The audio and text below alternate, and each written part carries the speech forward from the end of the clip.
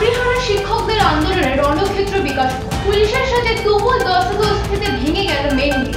জল্পনার অবসান। আজই তৃণমূল কংগ্রেসে যোগদান করলেন জন বার্লা। বৃহস্পতিবার সকাল 8:15 নাগাদ কলকাতার একটি বেসরকারি হাসপাতালে শেষ নিঃশ্বাস ত্যাগ করলেন তৃণমূল বিধায়ক তাপস সাহা। ফের কাশ্মীরের সেনা জঙ্গির গুলির লড়াই। সেনার অভিযানে নিহত 3 জন।